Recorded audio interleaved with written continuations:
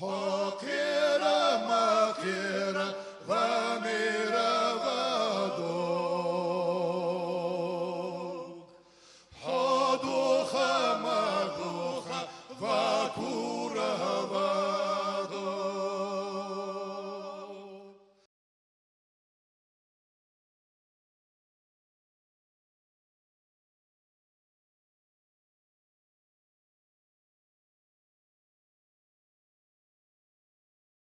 Обращение к руководству и народу Чеченской Республики. Мы во время Нестеровского съезда, когда Евкуров раскручивал противостояние наших народов, были противниками этого, вместе со всеми членами Меркал. На сайте имеется видеообращение, где мы заявляем, что мы не позволим главе Республики Ингушетии поссорить нас с братским чеченским народом. Во время прошедшего недавно митинга мы, выражая мнение всего Совета Тейпов, неоднократно обращались к митингующим с призывом оставить в покое чеченский народ и его руководителя, обращаться к своему руководству, которое предало интересы ингушского народа, не переходить рамки дозволенного в обращениях и высказываниях. Надо признать, что не все высказывания Рамзана Кадырова нам приятны. Много противоречий. Например, его представитель, председатель парламента, второе лицо в Чеченской Республике Магомед Даутов, заявляя при нашей встрече в Матовниковом Пятигорске, в которой он тоже принимал участие, что и Рамзан Кадыров, и он готовы выслушать доводы ингушской стороны по территориальному вопросу, если они у них имеются, и решить вопрос по-братски, через шариатский суд. Повторяемся.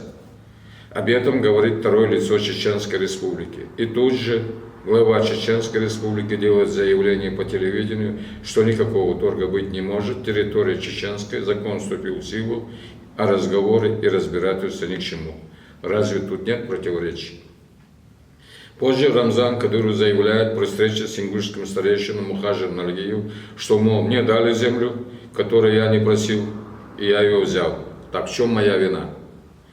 Согласны, вина, конечно, нашего руководства, которое тайно от своего народа заключило с вами соглашение о передаче земель. Но и твоя вина частично есть, как руководителя братского чеченского народа. Разве у Войнаху принято брать отдаваемые тайны без согласования со своим народом, со своим тейпом, со своей семьей? Разве, когда покупаешь дом или землю у кого-нибудь из своих соплеменников, у нас не принято спрашивать родных и близких продавца, не имеют ли они претензий к тому, чтобы он купил имущество их родственника? Ведь в первую очередь право на покупку имеют близкие родственники, лишь затем остальные. Разве не спрашиваем мы даже у соседей при покупке жилья, не имеют ли они ничего против данной покупки? Не имеют ли они ничего против того, чтобы он стал ихним соседом? И как брат-мусульманин, тем более как брат Войнах, Рамзан Кадыров обязан был соблюсти эти наши традиции. Но он не посчитал нужным это сделать. Мне дали, я взял. Разве мало бывает случаев, когда брат-алкоголик или наркоман, который готов продать все и всех за лишние дозы или стакан горячительного, без позволения и без ведома брата продает их общее имущество? И что? Мусульманский суд считает эту сделку состоявшейся? Нет, конечно, и не надо иметь 7 пядей во лбу, чтобы это понять. Ингушский народ никогда не смирится с тем, что без его ведома, кулуарно, противозаконно, глава Республики Ингушетия Юнусбек Евкуров передал наши земли чеченской стороне. Так братья границы не устанавливают. Нам предлагают и земли отдать, и братство сохранить. Придется выбирать что-то из двух. Земля или братство. Выбор за чеченским народом. Какой ты брат, если ты вломился в мой дом, забрал мою землю, абсолютно не намерен считаться с моими доводами и интересами по этому вопросу, и при этом упорно продолжаешь называть себя братом? У наших народов, к счастью, есть народные институты, которые за короткий период времени могут разрешить данный вопрос при наличии желания.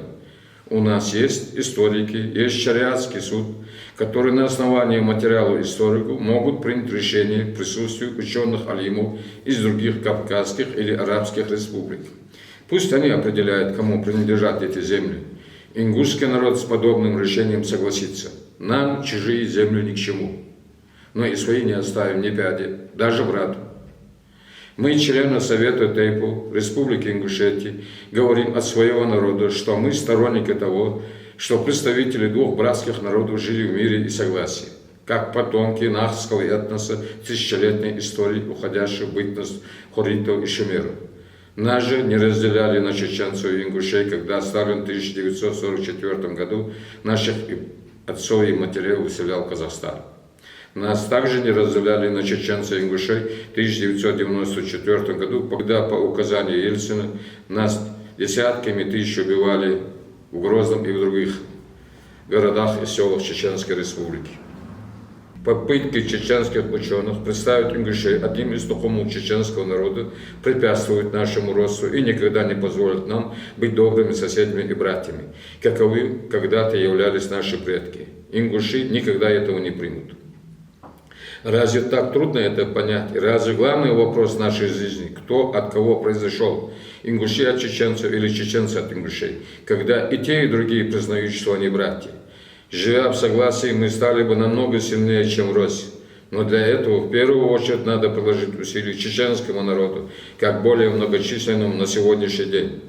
Незаконная передача земли ингушским руководством и незаконное принятие этой земли под юрисдикцию Чеченской Республики руководством Чечни отдаляет или вовсе исключает возможность нашего братского существования. Со своим руководством ингушский народ разберется, можете в этом не сомневаться. Руководству чеченскому народу надо определиться, что им важнее – отхватить под шумок нашу исконную землю или сохранить и упрочить наши братские отношения. Тем более, как мы говорили выше, у наших народов есть народные институты, способные безболезненно разрешить эту проблему. С братом с позиции силы не разговаривают. Да и ингушский народ не позволит никому разговаривать с собой с позиции силы.